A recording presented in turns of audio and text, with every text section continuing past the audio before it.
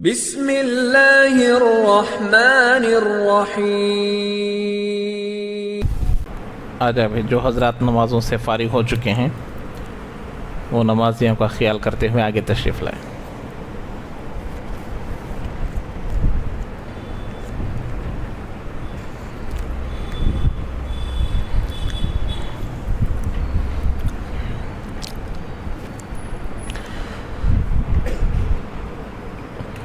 اعوذ باللہ من الشیطان الرجیم، بسم اللہ الرحمن الرحیم۔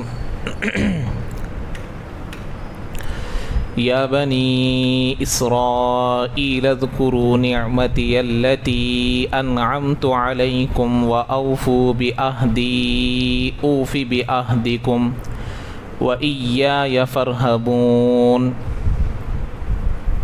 وآمنوا بما أنزلت مصدقا لما معكم ولا تكونوا أول كافر به ولا تشتروا بآياتي ثمنا قليلا وإياي فاتقون۔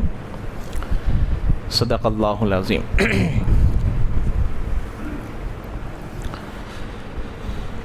تو اس سے پہلے جو درس ہوا تھا اس میں حضرت آدم علیہ نبینا وعلیہ الصلاۃ والسلام کی خلقت کا ذکر آیا تھا، اور اس میں کیا حکمتیں تھیں، اور حضرت آدم علیہ الصلاۃ والسلام کو جو سجدہ کیے ہیں وہ سجدے کا کیا مطلب تھا، یہ پوری تفصیلات گزشتہ درس میں گزر چکا ہے۔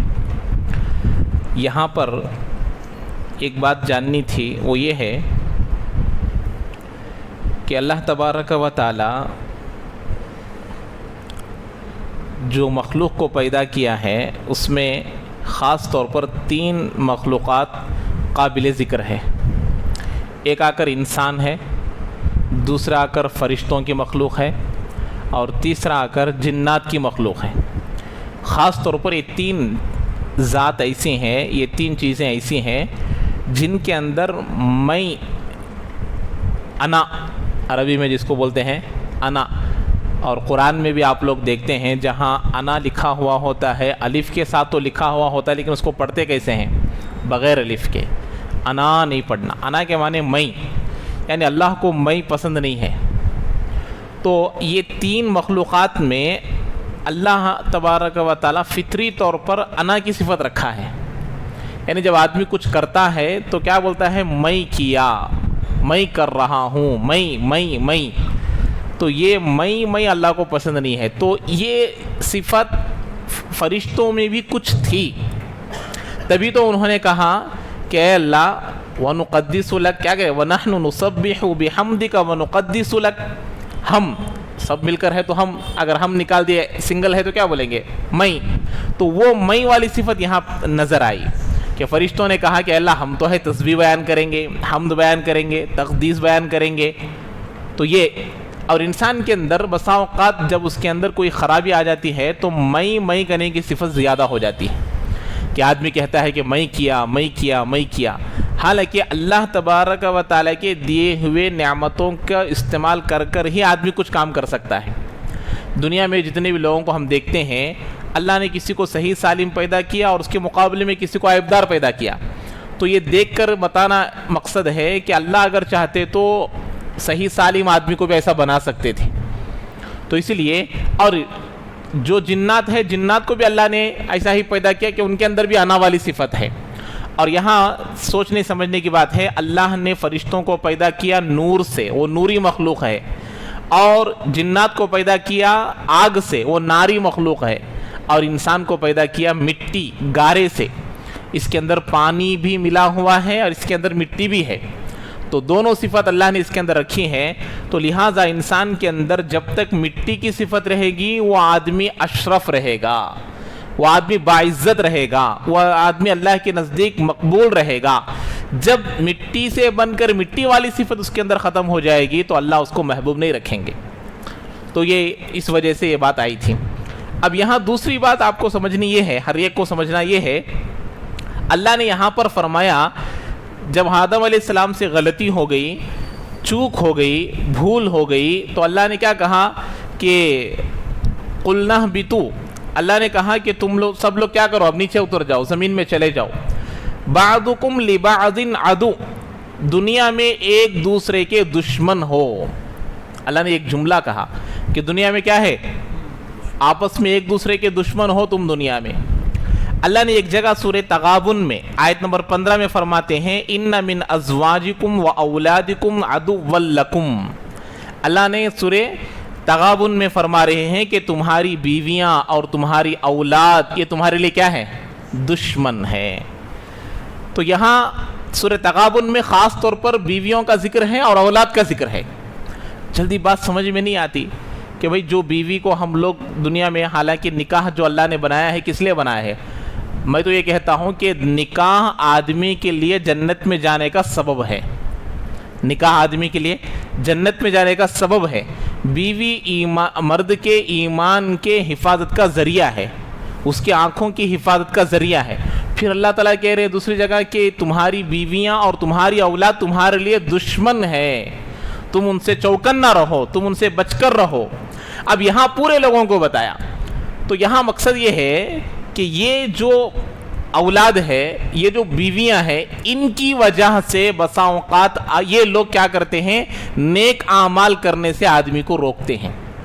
اپنے مفاد کی وجہ سے، اپنے فائدے کے لیے، اپنے کام کے لیے اس کو نیک کام سے کیا کریں گے، روکیں گے.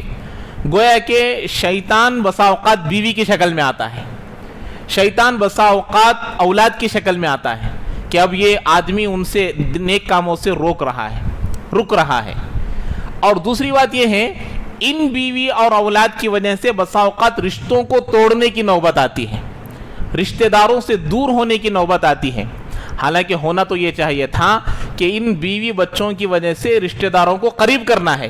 حالانکہ یہی اولاد اور یہی بیوی کیا بن گئے، رشتے دور ہونے کا سبب بن گئے. تو اب یہ دشمن ہے، یہ ہلاک کرنے والی چیز ہے کہ یہ بیوی بچے کی وجہ سے کیا ہو گیا. سب سے بڑا مسئلہ تو ماں دور ہو جاتی ہے، پہلے باپ دور ہو جاتا ہے شادی کے بعد، نکاح کے بعد. حالانکہ ایسا نہیں ہونا چاہیے، حالانکہ یہ بہت غلط بات ہے. تو یہی ایک بات بتاتے ہیں، ایک تو نیک اعمال کرنے سے آدمی ان کی وجہ سے رک جاتا ہے، ان کو خوش کرنے کے لیے، ان کو اچھا پہنانے کے لیے، ان کو اچھا پلانے کے لیے، ان کو اچھا کھلانے کے لیے حلال حرام کی تمیز نہیں کرتا. تو اب یہ میاں بیوی، یہ جو اولاد ہے، یہ جو بیوی ہے، اس کے لیے کیا بن رہے ہیں، دشمن بن رہے ہیں.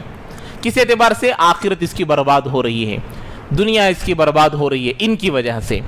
اور دوسرا، رشتوں کو توڑنے کا سبب یہ بنیں گے تو یہ دشمن ہے. ہاں، یہی بیوی تعینہ علی دینہ، اس کے دین کے کاموں میں مدد کرنے والی بن گئی تو اب یہ رفیق حیات ہے، یہ شریک حیات ہے، یہ جنت میں لے کر جانے والی ہے.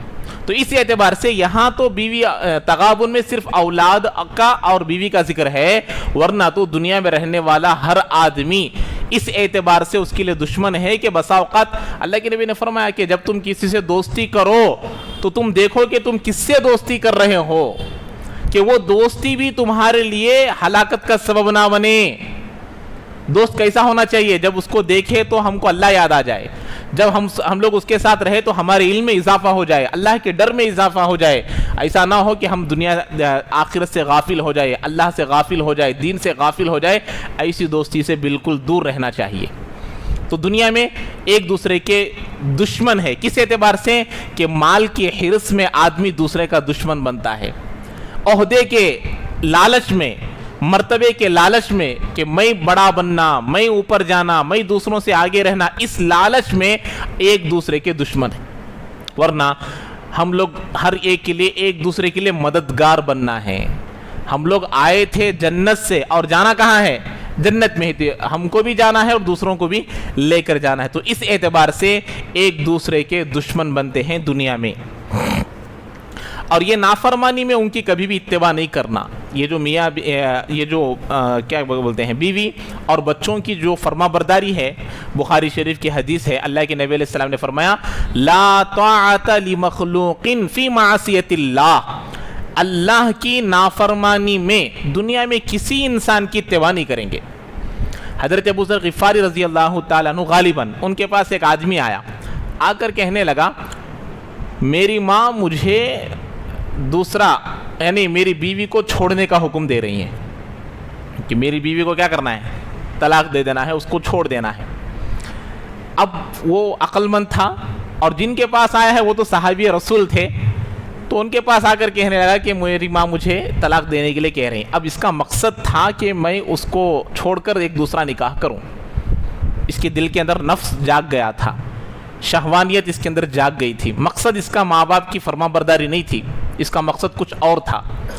تو حضرت ابو ذر غفاری رضی اللہ تعالیٰ عنہ تھوڑی دیر ٹھنڈا سانس بھرے اور اس کے بعد حکیمانہ جواب دیے۔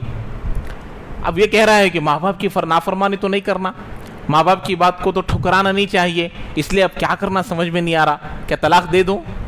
تو حضرت کہنے لگے آج تک اگر تمہاری ماں باپ کی کسی بات کو بھی سنے بغیر ہر بات پر عمل کیے ہیں تو اس پر عمل کرو۔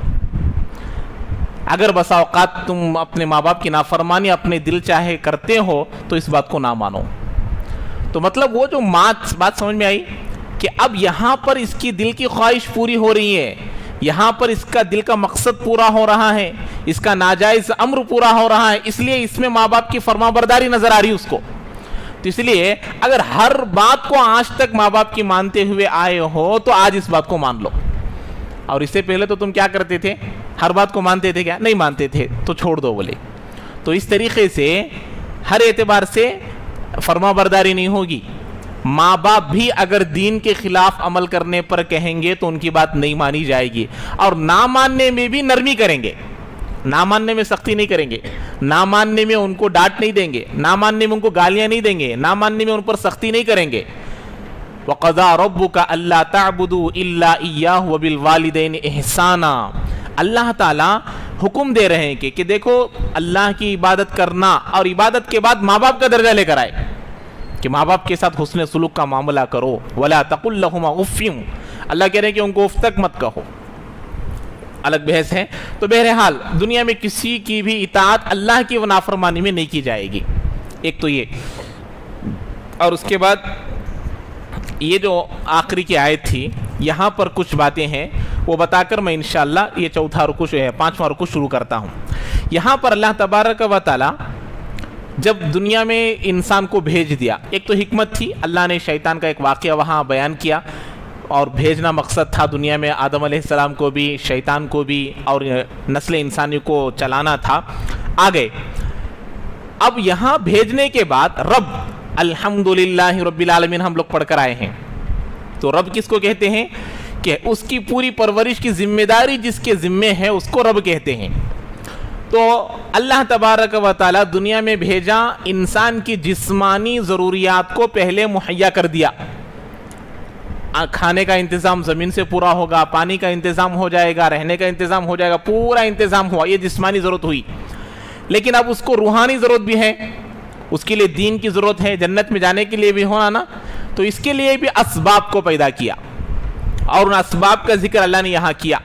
جیسے تمہارے جسم کے صحت کے لیے، تمہیں زندہ رہنے کے لیے کھانا پینے کی ضرورت ہے، پانی کی ضرورت ہے، ہوا کی ضرورت ہے، ان کا میں نے انتظام کر دیا۔ اب تم کو جہاں سے آئے ہو وہاں جانے کے لیے بھی ایسے اسباب کی ضرورت ہے۔ وہ کیا ہے؟ اللہ کی فرما برداری، نبی کی اتباع، یہ تمام چیزوں کی بھی ضرورت ہے۔ تو اللہ نے کہا تم سب لوگ دنیا میں چلے جاؤ۔ اب جب دنیا میں جاؤ گے تمہارے لیے جنت میں جانے کے لیے میں کچھ اسباب کو پیدا کروں گا۔ اب آدمی جب جاب کرنے کے لیے جاتا ہے، نوکری کرنے کے لیے جاتا ہے، تو اب وہاں پر اس کے لیے جو کام کرنے کو کہا گیا ہے وہ کام پورے طور پر کرے گا، تو اب اس کو 1 تاریخ آنے پر کیا ملے گی؟ تنخواہ ملے گی، سیلری ملے گی۔ جو کام اس کے سپرد کیا گیا ہے وہ کام ہی نہیں کر رہا ہے تو اس کو سیلری کہاں سے ملے گی؟ تنخواہ کہاں سے ملے گی؟ تو ایسے اللہ تعالیٰ کہہ رہے ہیں کہ تب تم دنیا میں جاؤ، اب دنیا میں جانے کے بعد بھیج دیا میں تم لوگوں کو غلطی کی وجہ سے، فَإِمَّا يَأْتِيَنَّكُم مِّنِّي هُدًى، دنیا میں جب تم جاؤ گے نا میرے جانب سے تمہارے پاس ہدایت آئے گی۔ کیا آئے گی بھائی؟ ہدایت آئے گی، یعنی جنت میں جانے کا راستہ دکھانے کا ایک سبب آئے گا۔ وہ انبیاء کی شکل میں ہو سکتی ہیں، وہ علماء کی شکل میں ہو سکتی ہے، وہ قرآن کی شکل میں ہو سکتی ہیں، وہ کسی آدمی کے بیان کی شکل میں ہو سکتی ہیں، وہ کسی آدمی کی نصیحت کی شکل میں ہو سکتی ہے۔ یہ ہدایت ہے۔ جب کبھی بھی تم اس ہدایت کو پاؤ تو تم اس کی کیا کرنا؟ اتباع کرنا۔ اس کی کیا کرنا؟ اتباع کرنا۔ اب یہاں پر دیکھیے، جب بھی اس کا تذکر آتا ہے تو میں مثال دے کر بتاتا ہوں۔ آج ہم لوگ کوئی چیز خرید کر لاتے ہیں، جیسے واشنگ مشین ہے یا فریج وغیرہ ہے، کوئی بھی نئی چیز خرید کر جب لاتے ہیں تو اس چیز کے ساتھ ایک کتاب دی جاتی ہے۔ اس کتاب کو ہم لوگ کیا بولتے ہیں؟ گائیڈ بک بولتے ہیں۔ کیا بولتے ہیں؟ مینول بک، گائیڈ بک، کوئی بھی ہو۔ اس میں دو چیزیں لکھی ہوئی ہوتی ہے، ایک استعمال کرنے کا طریقہ اور اس کے سامنے صحیح مارک، رائٹ مارک ڈالا جاتا، اور دوسری طرف اس طریقے سے استعمال نہیں کرنا، استعمال کرنے کا طریقہ اور استعمال ایسا نہیں کرنا، اور اس کے بازو میں کیا ڈالا جاتا؟ انٹو مارک ڈالا جاتا، رانگ مارک ڈالا جاتا۔ تو اب یہ اس طریقے سے استعمال کریں گے تو اس کو وارنٹی بھی ہے، گارنٹی بھی ہے۔ اس طریقے سے استعمال کریں گے تو چیز جلدی بھی خراب ہو جائے گی اور اس کے لیے کوئی گارنٹی بھی نہیں، وارنٹی بھی نہیں۔ تو ایسے ہی ہدایت ہمارے جانب سے آئے گی، وہ چاہے کتاب کی شکل میں ہو۔ تو اب یہ کتاب ہے، ہمارے سامنے ہے، قرآن ہے۔ تو قرآن میں اللہ نے بتا دیا کہ جو صراط مستقیم پر چل کر آئے گا، من النبیین والصدیقین والشہداء والصالحین والے راستے پر چل کر آئے گا، اس کے لیے کیا کیا انعامات ہے اللہ نے بیان کر دیا۔ یہ ایک طرح کی مینول بک ہے، ایک طرح کی گائیڈ بک ہے۔ اب اس کے بعد اللہ نے یہ بھی بیان کر دیا کہ جو اس کے خلاف چل کر آئے گا وہ کہاں جائے گا اور اس کے لیے کیا کیا سزائیں ہیں اور اس کا انجام کیا ہوگا، اللہ نے اس کو بھی بیان کر دیا۔ تو یہ کیا ہوا؟ یہ گائیڈ بک ہوئی نا۔ تو اللہ تبارک و تعالیٰ یہی بتا رہے ہیں، فَإِمَّا يَأْتِيَنَّكُم مِّنِّي هُدًى، جب بھی میرے جانب سے تمہارے جانب کوئی ہدایت آ جائے، چاہے کتاب کی شکل میں ہو، چاہے نبیوں کی شکل میں ہو، چاہے بیانات کی شکل میں ہو، چاہے کسی بھی دعوت کی شکل میں ہو، تمہارے سامنے آ جائے تو تمہارے ذمہ ہے کہ تم کیا کرنا؟ اس کو اتباع کرنا، اس کو فالو کرنا، اس کو ماننا ضروری ہے۔ اور آگے چل کر، کیونکہ جب زمانے کے اعتبار سے مثالیں بدلتی ہیں، اب وہ جو چیزیں ہم نہیں خریدتے ہیں اس کے ساتھ کون آتا ہے؟ لے کر آنے کے بعد ڈیمو دکھانے کے لیے کمپنی کی جانب سے ایک آدمی بھی آتا ہے۔ آج کل چل رہا ہے، نہیں چل رہا ہے؟ جب کوئی نئی چیز خریدتے ہیں تو کمپنی کی جانب سے آتا ہے، وہ کوئی پیسے وغیرہ تو نہیں لیتا، کمپنی کی جانب سے آتا ہے اور دکھا کر چلا جاتا ہے کہ اس کو کیسے استعمال کرنا ہے، کیسے بٹھانا ہے، کیسے دیکھنا ہے، کیسے یوز کرنا ہے، سب بتا کر چلا جاتا۔ تو ایسے ہی اللہ نے بھی کتاب کو دے کر ایسے ہی چھوڑ نہیں دیا، اس کتاب کو سمجھانے کے لیے انبیاء کو بھیجا کہ وہ ہم لوگوں کو آ کر ڈیمو دکھا کر چلے گئے۔ اب ہمارے ذمے ہے کہ جو صحیح ہے اس کو اختیار کرنا، جو غلط ہے اس کو چھوڑنا۔ اب یہ ہو گیا۔ اب دیکھیے، جیسے مینول بک میں جو لکھا ہوا ہوتا ہے اس کے موافق عمل کرنے پر چیز 5 سال کی گارنٹی ہوتی ہے، لیکن چیز 10 سال بھی چلتی ہے، بسا اوقات 15 سال بھی چلتی ہے۔ اب اس کے لیے کوئی خوف ہوتا ہے کیا؟ خراب ہو جاتی میری چیز، پھر مجھے میکینک کے پاس لے کر جانا، یہ کوئی ڈر خوف اس پر نہیں رہتا۔ اللہ بھی کہہ رہے ہیں فَمَن تَبِعَ هُدَايَا، جب تمہارے پاس میری ہدایت آ جائے گی، جب تمہارے پاس میرا قرآن آ جائے گا، جب تمہارے پاس میرے نبی آ جائیں گے، جب تمہارے پاس میرے علماء یا کوئی مفتیان یا کوئی بھی تمہارے پاس آ کر دین کی بات بتائیں گے، تم اس پر عمل کرنے لگو گے، یا کوئی دعوت کے ذریعے سے بھی کوئی آدمی، عام آدمی آ کر بھی دعوت دے دیا، تم اس کی بات کو مان لیے، اللہ فرما رہے فَلَا خَوْفٌ عَلَيْهِمْ، ان پر کوئی خوف نہیں ہوگا، ان پر کوئی خوف نہیں ہوگا۔ خوف کس پر ہوتا ہے؟ کوئی چیز آنے والی ہوتی ہے تو اس پر کیا ہوتا؟ خوف۔ ابھی آئی نہیں سامنے چیز، آنے والی ہے تو اللہ کہہ رہے ہیں خوف بھی نہیں ہوگا۔ جیسے چیز استعمال کر رہے، خراب ہوتی کیا کی، یہ خوف بولتے ہیں، ایسا خوف بھی ہے آدمی پر نہیں رہے گا جو ہدایت کی پیروی کرے گا۔ وَلَا هُمْ يَحْزَنُونَ، اور نہ ان پر غم ہوگا۔ غم کس پر ہوتا؟ گزرے ہوئے چیز پر ہوتا۔ سمجھے رہی بات؟ یہ خوف کا تعلق فیوچر سے ہے اور غم کا تعلق پاسٹ سے ہے۔ جو ہدایت کی پیروی کریں گے نہ ان پر خوف ہوگا نہ وہ غم زدہ ہوں گے، دو چیزوں سے بھی اللہ حفاظت کریں گے۔ ایسے ہی جیسے کہ چیزوں کے استعمال کرنے پر، اب صحیح طریقے سے چیز استعمال کر رہا تو اب پاسٹ کو یاد کر میں کئی کو ایسا استعمال کرا کہ خوف کیا بولتا ہے غم زدہ ہوتا کیا آدمی، کیونکہ صحیح استعمال کرا ہے۔ کوئی خوف نہیں ہوتا آگے کی چیز کے لیے, اور غمزدہ نہیں ہوتے ہیں گزری ہوئی چیزوں کے لیے. اب وہی اگر چیز خراب ہو گئی تو اب غمزدہ ہوتا, ذرا میں اچھا استعمال کر لیتا تو آج یہ چیز ریپیئرنگ نہیں آتی تھی. یہ کیا ہوتا ہے؟ غمزدہ, گزری ہوئی چیز پر. ایسے ہی کل جو لوگ دین پر عمل نہیں کیے ہوں گے ان پر یہ دونوں چیزیں ہوں گی. اب جہنم میں میرا کیا حشر ہوگا نہیں معلوم, یہ کیا ہے؟ یہ فیوچر, خوف کیا ہوگا نہیں معلوم, غمزدہ پیچھے گزری ہوئی چیز. کاش دنیا میں اتباع کر لیتا, سوئچ آن کرنے کے وقت میں ذرا دیکھ کو آن کر لیتا, یہ بٹن دبانے کے وقت میں ذرا دیکھ کو صحیح دبا لیتا, صحیح کلک کر لیتا, معلوم کر لے کو کام کرتا. یہ سب کب ہوتا؟ گزری ہوئی چیزوں پر. اسے بولتے ہیں غمزدہ. تو اللہ تبارک و تعالی دونوں چیزوں سے ان لوگوں کو بچائیں گے جو دین کی, ہدایت کی, قرآن کی, نبی کی, اللہ کی پیروی کریں گے. جو پیروی نہیں کریں گے ان پر یہ دونوں چیزیں رہیں گے, ان پر غم بھی رہے گا اور ان پر خوف بھی رہے گا, دونوں چیزیں رہیں گے. اور غم کا تعلق پاسٹ سے ہیں اور خوف کا تعلق فیوچر سے ہیں. اب اللہ وہ بتا رہے والذین کفروا وکذبوا بآیاتنا اولئک اصحاب النار هم فیها خالدون. اللہ فرما رہے ہیں اور وہ لوگ جنہوں نے کفر کیا اور ہماری آیتوں کو جھٹلایا. سامنے مینو بک رکھی ہوئی ہے, گائیڈ بک رکھی ہوئی ہے, اس طریقے سے اس کو آن نہیں کرنا. ایک بار دیکھیں گے کیا ہوتا ہے کہ آن کر کو دیکھتا ہے, اب کیا ہوگی, چیز خراب ہو جائے گی, افسوس بھی کرنا پڑے گا, خوف بھی. اب آگے کسی میکینک کو بلانا, کون سے ریپیئر کرنے والے کو بلانا, خوف, اور پھر ریپیئر کرانے کے بعد اتنا خرچہ آیا, غم, دونوں چیزیں. تو فرما رہے کذبوا بآیاتنا, جو لوگ ہمارے آیتوں کو جھٹلائیں گے, سامنے کتاب ہونے کے باوجود, سامنے نبی کی تعلیمات ہونے کے باوجود, قرآن کی تعلیمات ہونے کے باوجود اس کے خلاف اپنا چلنے والے اصحاب النار. یہ کہاں کے لوگ ہیں؟ یہ جہنم والے ہیں. یہ کہاں والے ہیں؟ جہنم والے ہیں. اور اللہ آگے فرما رہے ہیں ہم فیہا خالدون, وہ وہاں ہمیشہ رہیں گے. یہ سب سے بڑی وعید ہے کہ اللہ تبارک و تعالیٰ اسے لوگوں کو کہہ رہے ہیں کہ وہاں سے وہ نہیں نکلیں گے, وہ ہمیشہ وہاں رہیں گے. ایک چیز آدمی خرید کر لایا, 30-40-50 ہزار روپے والی واشنگ مشین لے کر آیا, 2-3 مہینے استعمال کرنے کے بعد کہہ دیے اب یہ اسکریپ میں ڈالنا, استعمال کے قابل نہیں ہے, تو اس کا حال کیا ہوگا؟ صرف 40-50, وہ تو دنیا ہے, دنیا پر بھی آدمی 8 دن تک اس کی فکر میں لگا رہتا, 1 مہینے میں خراب ہوگی, 2 مہینے میں خراب ہوگی. تو ایسے ہی اللہ تعالیٰ ہمیں جو زندگی دیا 50-60 سال کی زندگی, جب یہ ہلاک ہو جائے گی اللہ کہہ رہے ہیں کہ وہ خالدون, وہ وہاں پر ہمیشہ رہیں گے. تو اس لیے اس کو سکریپ ہونے نہیں دینا, ہماری زندگی کو سکریپ ہونے نہیں دینا, خراب ہونے نہیں دینا. یہ بھی ہمارے پاس گائیڈ بک موجود ہے, ہمارے پاس قرآن موجود ہے, ہمارے پاس دین موجود ہے, ہمارے پاس اللہ کے نبی کی تعلیمات موجود ہے, اللہ کے احکامات موجود ہے.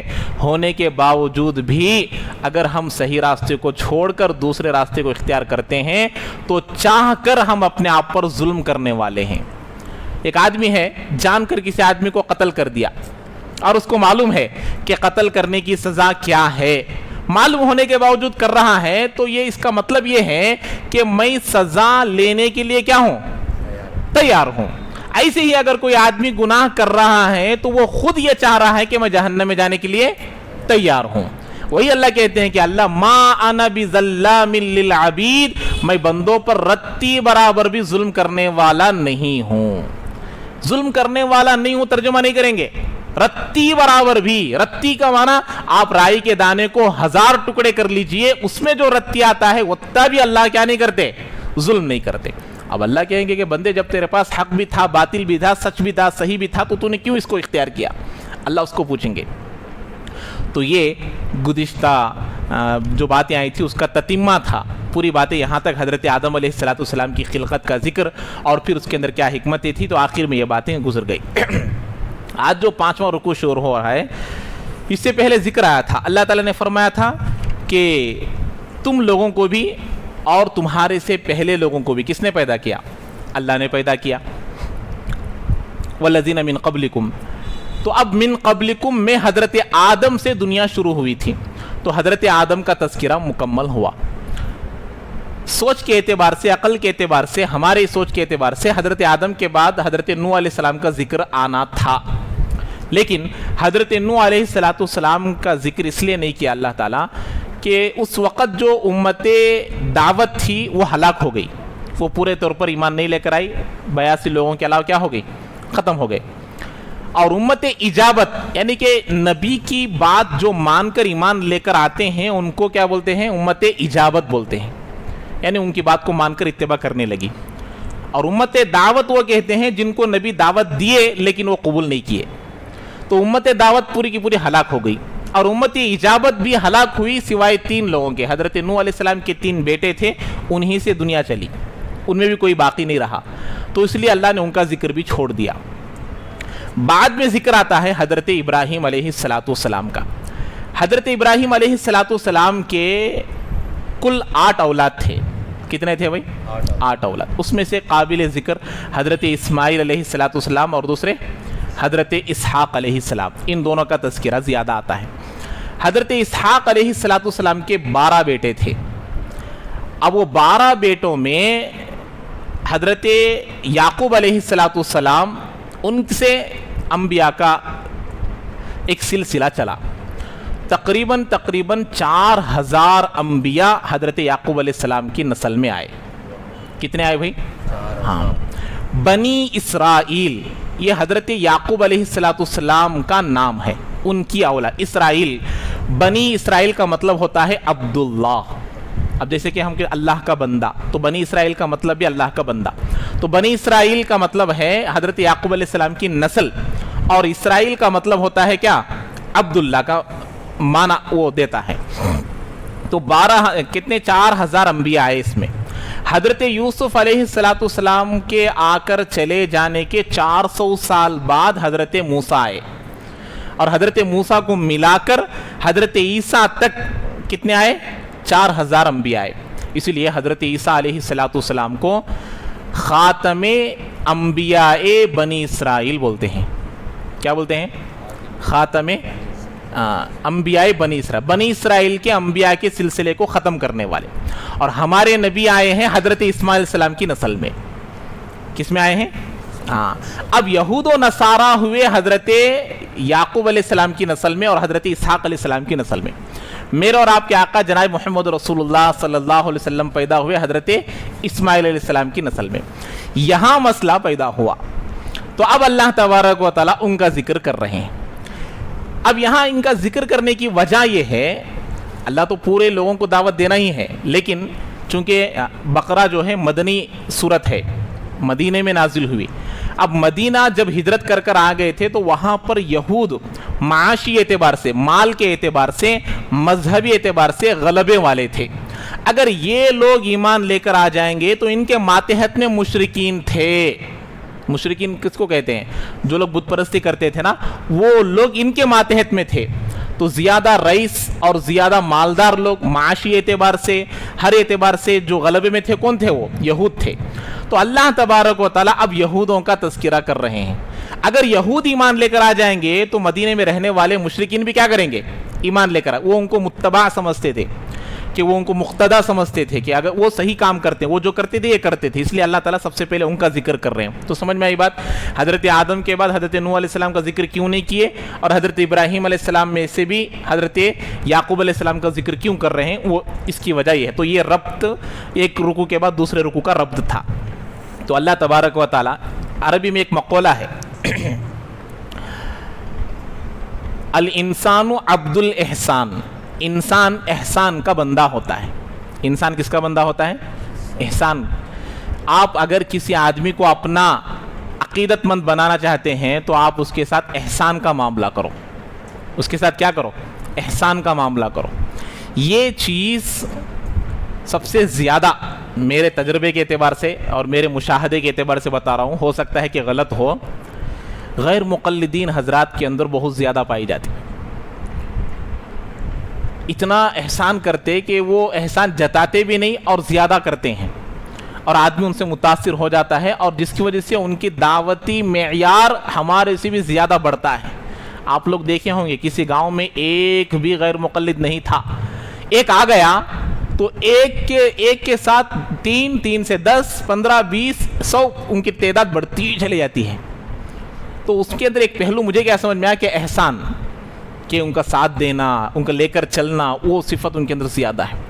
تو بہرحال احسان کرنے سے آدمی کیا ہو جاتا ہے، اس کا غلام بن جاتا ہے. اللہ کے نبی علیہ الصلوۃ والسلام کے اندر بھی احسان کی صفت غالب تھی.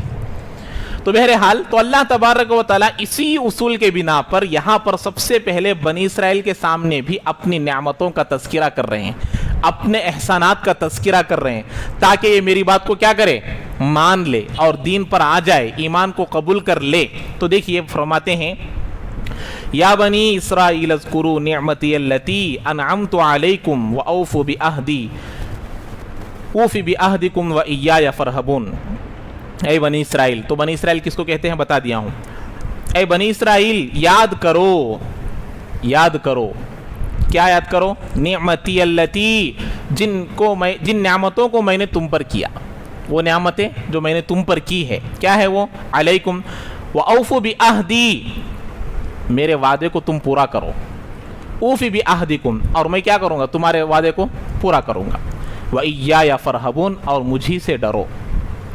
تو اب اس کی بات سنیے، یہاں پر اللہ تبارک و تعالی ان سے جو عہد لیا تھا وہ 3 طرح کے عہد لیا تھا. کتنے عہد لیا تھا بھائی، 3. ایک عہد آ کر عالم ارواح میں اللہ تبارک و تعالی عہد لیا تھا، الست بربکم، تو سب نے کہا قالوا بلا. تو اس میں یہ یہود بھی تھے، اس میں یہ نصارہ بھی تھے، سب لوگ موجود تھے. لیکن اب دنیا میں آنے کے بعد اس عہد کو کیا کر دیے، لوگ توڑ دیے نا. اب یہ کیوں توڑے ہیں، جب یعنی کہ جب دنیا میں آئے ہیں اپنے ایک دوسرے نبی آنے تک اپنے نبی کی اتباع کریں گے. جب جیسے ہی دوسرا نبی آ گیا یا دوسرا رسول آ گئے تو اب کیا کرنا پڑے گا، اپنے نبی کی شریعت کو چھوڑنا پڑے گا، وہ منسوخ ہو جائے گی. اب یہ دوسرے جو رسول آئے ہیں انہی کی اتباع کرنا پڑے گا، لیکن انہوں نے اس کی خلاف ورزی کی. تو اب یہ تو وہ بات کہ اللہ کی توحید، الست بربکم، جب اللہ نے کہا، قالوا بلا، جب ہم نے کہا تو کیا مطلب کہ اللہ ہم تیرے تمام احکامات کو قبول کیے. گویا کہ آمنت باللہ کما ہوا باسماء و صفاتہ وقبلت جمیع احکامہ، کہ میں نے تیرے تمام احکام کو قبول کیا. اور ہمارے نبی کا آخر میں آنا یہ بھی ایک اللہ کا حکم ہے. تو اب وہ نبی پر ایمان لانا بھی اللہ کی اتباع ہے. تو جب تم ان آخری نبی کو نہیں مان رہے اور ان پر ایمان نہیں لا رہے تو کیا مطلب ہوا، اللہ کی توحید اور اللہ کے احکامات کی نافرمانی کرنے میں تم لوگ شامل ہو گئے، یہ مطلب ہے. اور دوسرا ایک عہد یہ ہے کہ اللہ تبارک و تعالی نبیوں سے بھی ایک عہد لیا تھا، عالم ارواح میں نبیوں سے بھی ایک عہد لیا تھا. کیا عہد، کہ دیکھو میں تم لوگوں کو رسول یا نبی بنا کر جب دنیا میں بھیجوں گا، تمہارے ہوتے ہوئے اگر میرا آخری نبی آ جائے، تمہاری موجودگی میں میرے آخری نبی اگر آ جائے تو اس وقت بھی تم کو اس کی اتباع کرنا پڑے گا. اللہ نے یہ عہد کس سے لیا، انبیاء سے لیا. انبیاء امتیوں کے مقتدا ہوتے ہیں، تو جب مقتدا اگر کسی بات کو مان لیا تو اب ان کے ماننے والوں کو بھی وہ بات کو کیا کرنا پڑے گا، ماننا پڑے گا. تو اب حضرت موسیٰ ہو یا نہ ہو، حضرت عیسیٰ ہو یا نہ ہو، ان کی امت کی موجودگی میں ہمارے نبی آ گئے تو اب ان کی اتباع کرنا ان پر کیا ہو گیا، لازم ہو گیا. اللہ کے نبی نے فرمایا لو کان موسیٰ حیا، اگر اب اللہ کے نبی اپنی موجودگی میں فرما رہے ہیں اگر میری موجودگی میں موسیٰ بھی اگر زندہ ہوتے لما وسیعہ، اللہ کے نبی فرمایا کہ ان کو کوئی چارے کار نہیں ہوتا الا اتباعی، میری اتباع کے بغیر. حضرت موسیٰ بھی اگر اب زندہ ہو، اگر وہ نجات پانا چاہتے ہیں تو ان کو کیا کرنا پڑے گا، میری اتباع کرنا پڑے گا. کن کو بول رہے ہیں، اللہ کے نبی حضرت موسیٰ کو بول رہے ہیں. لیکن انہی کی قوم کیا کرنے لگی، ضد کرنے لگی، جس کی وجہ سے یا بنی اسرائیل اذکروا، یا بنی اسرائیل اذکروا. اللہ تعالیٰ اب آتے جائے گا، تفصیلی بحث جو ہے دوسرے ابھی 6 رکوع میں شروع ہوگا. تو یہ عہد تھا جو اللہ تبارک و تعالیٰ نے ان سے یہ عہد لیا. اور اسی طریقے سے اب یہ عہد لینے کے بعد انہوں نے کیا کیا، بات کو نہیں مانے، بات توڑ دیے نا. تو وہی بتا رہے ہیں اللہ تعالیٰ، یہ عہد کو تم پورا کرو. یہ جو عہد لیے ہیں میری اتباع کے ذریعے سے، میرے نبی کی اتباع کے ذریعے سے میرے عہد کو پورا کرو. جب تم اس کو پورا کرو گے اوفی بعہدکم، تو میں میرا وعدہ پورا کروں گا. میں میرا وعدہ کیا کروں گا؟ پورا کروں گا. اور وہ میرا وعدہ کیا ہے کہ میں تم کو جہنم سے بچاؤں گا اور تم کو جنت میں ڈالوں گا. میری رضا میں تم کو دوں گا. یہاں پر ایک بات ہم کو سمجھ میں آتی ہے, اللہ تبارک و تعالیٰ دنیا میں انسان کو بھیج کر, پیدا کر کر, اس لیے اللہ کے نبی صلی اللہ علیہ وسلم نے فرمایا کہ ہر لڑکا ہو لڑکی ہو وہ فطرت پر پیدا ہوتا ہے, یعنی وہ ایمان کے ساتھ پیدا ہوتا ہے, دین پر پیدا ہوتا ہے. کل مولود یولد علی الفطرہ, ہر لڑکا لڑکی کس پر پیدا ہوتے ہیں؟ دین کے ساتھ, ایمان کے ساتھ پیدا ہوتے ہیں. لیکن اب وہ ماحول کے اعتبار سے وہ یہودی بن جاتا ہے, وہ مجوسی بن جاتا ہے. اللہ کے نبی صلی اللہ علیہ وسلم نے فرمایا تو اب پیدا کرنے کے بعد اب انسان کے ذریعے سے ابتدا ہے. اب اللہ کی ابتدا ہو گئی نا, پیدا کر کر اس کو اچھے طریقے سے عقل سمجھ دے کر ابتدا اللہ کی جانب سے ہو گئی. اب ابتدا کون کرنا ہے دنیا میں؟ انسان کرنا ہے. اس کی ایک کھلی ہوئی مثال اذان ہے. حی علی الصلاۃ پہلے ہے یا حی علی الفلاح پہلے ہے؟ حی علی الصلاۃ پہلے ہے. تو کہ اللہ تعالیٰ بتا رہے ہیں کہ دیکھو نماز کی طرف آؤ تو کیا ملے گی؟ کیا ملے گی بھائی؟ کامیابی ملے گی. اب ہم لوگ کیا بولتے ہیں, پہلے کامیابی مل جان دے, ایک دکان ہے سو 2 دکان ہو جان دے, ایک کاروبار ہے سو 2 کاروبار, پھر نماز دیکھیں گے. After 60 after retirement. اب ہمارا وہ رمضان میں ہم بولتے ہیں نا بار بار, اعتکاف میں دیکھتے ہیں تو آفٹر 60 بیٹھے رہتے ہیں, ادھر بھی ادھر بھی. حالانکہ اعتکاف ایک ایسی عبادت ہے کہ اللہ تبارک و تعالیٰ کے سامنے ایک اسٹرائک کرے جیسا. اللہ تعالیٰ کو نوجوانی کی بات بہت پسند ہے, لیکن نوجوانوں کا اعتکاف میں بیٹھنے کا رواج ہی ختم ہو چکا ہے. شروع ہی نہیں ہوا تو ختم کہاں سے ہوا؟ شروع ہی نہیں ہوا ہے. تو نوجوان بیٹھنا چاہیے. آج کیا کرتے ہیں کہ ایسا تو نہیں ہے کہ بوڑھا نہیں بیٹھنا, یہ نہیں ہے, بیٹھیے, بہت اچھی بات ہے, بیٹھنا چاہیے, غلط تو نہیں ہے. لیکن کہنے کا مطلب یہ ہے کہ اس کو کیا بنا دیے ہیں, جیسے ریٹائرمنٹ فری ہوتے ہیں ایسے لوگوں کو ہی اعتکاف بٹھانا سمجھ گئے ہیں. یہ غلط ہے. مشغول آدمی بھی بیٹھنا چاہیے, طاقتور آدمی بھی بیٹھنا چاہیے, جس کے اندر ابھی بھی خون گرم ہے, جس کے اندر گناہ کی لذت ابھی موجود ہے, ایسے لوگ بھی بیٹھنا چاہیے. اس لیے اللہ کے نبی علیہ الصلوۃ والسلام نے فرمایا کہ وہ آدمی بھی کل عرش کے سائے میں ہوگا. وَرَجُلٌ طَلَبَتْهُ ذَاتُ مَنْصَبٍ وَجَمَالٍ فَقَالَ إِنِّي أَخَافُ اللَّهَ. یہ خوبصورت لڑکی جمال والی اور خوبصورت ہے اور اس کا خاندان بھی اعلیٰ ہے, وہ اس کو غلط کام کے لیے بلاتی ہے تو وہ کہتا ہے انی اخاف اللہ, وہ کہتا ہے کہ میں اللہ سے ڈرنے والا ہوں. تو اس طریقے سے وہ بٹھانا چاہیے, ہم لوگ اس کی عادت ڈالنی چاہیے. تو بہرحال یہاں پر اللہ تبارک و تعالیٰ, تو میں یہ بتا رہا تھا ابتدا جو ہے انسان اپنے جانب سے کرنا ہے. ایک تو یہ ہوا کہ حی علی الصلاۃ پہلے ہے اور بعد میں کیا ہے, حی علی الفلاح ہے. اسی طریقے سے آپ نے حدیث قدسی میں دیکھا ہوگا, جب بندہ میرے جانب ایک بالشت آتا ہے تو میں اس کی طرف, تو ابتدا کس کی جانب سے ہے؟ نہیں بندے میں پہلے ایک بالشت آتا ہوں پھر تو آ, ایسا ہے نہیں. ابتدا انسان کے جانب سے کہ بندہ بڑھنا ہے, بندہ آگے چلنا ہے. ہدایت اتنی سستی نہیں ہے کہ بندہ ٹھکرا کر جا رہا ہو تو بھی ہدایت اس کو مل جائے, اور ہدایت اتنی مہنگی بھی نہیں ہے کہ بندہ طلب کرے اور اس کو نہ ملے. اللہ تبارک و تعالیٰ دلوں کو دیکھنے والے ہیں, مقلب القلوب, وہ دلوں کو بدلنے والا ہے. تو اسی لیے ہمیں ہمیشہ کیا کرنی چاہیے کہ اللہ تبارک و تعالیٰ سے ہدایت طلب کرتے رہنا چاہیے. جی, تو یہاں پر وہ اللہ تعالیٰ بتا رہے کہ دیکھو تم میرے وعدے کو پورا کرو, میں تمہارے وعدے کو کیا کروں گا؟ پورا کروں گا. میرا وعدہ یہ ہے کہ تم میری فرما برداری کرو گے, اور میری نبی جب بھی دنیا میں آئیں گے تم اس کی اتباع کرو گے, اور اس کے بعد وَإِيَّايَ فَارْهَبُونَ, تم مجھی سے ڈرو, میرے علاوہ کسی اور کو نہ ڈرو. یہاں پر ایک بات یاد رکھیے, میرے علاوہ کسی اور کو نہ ڈرو کا مطلب یہ ہے کہ اب یہ دین کو اختیار کرنے سے میرے گھر والے, میرے خاندان والے, میرے گاؤں والے یہ مجھے کیا بولیں گے, کہ میرا نام بدنام ہو جائے گا یا میرے کاروبار میں نقصان ہو جائے گا. اس کا خوف دل میں نہیں لانا, اس کا خوف دل میں نہیں لانا. اس لیے کہ دنیا 4 دن کی ہے, یہاں کا نفع نہیں ہے, یہاں کا نقصان نہیں ہے. جو کچھ بھی ہو موت پر ختم ہونے والا ہے. تو وَإِيَّايَ فَارْهَبُونَ, ڈرنا کس کو ہے؟ اللہ سے ڈرنا ہے. اور پھر اللہ تبارک و تعالیٰ اب ڈائریکٹ دعوت دے رہے ہیں, مقصد پر آ رہے ہیں. اب ڈائریکٹ, اب تک کیا کیے ہیں؟ نعمتوں کا تذکرہ کیے نا, کہ کیا ہے نعمت وہ بتا دیے. اب تفصیلی نعمتوں کا ذکر دوسرے رکوع میں آتا ہے. اب اللہ کہہ رہے ہیں دیکھو وَآمِنُوا بِمَا أَنزَلْتُ مُصَدِّقًا لِمَا مَعَكُمْ,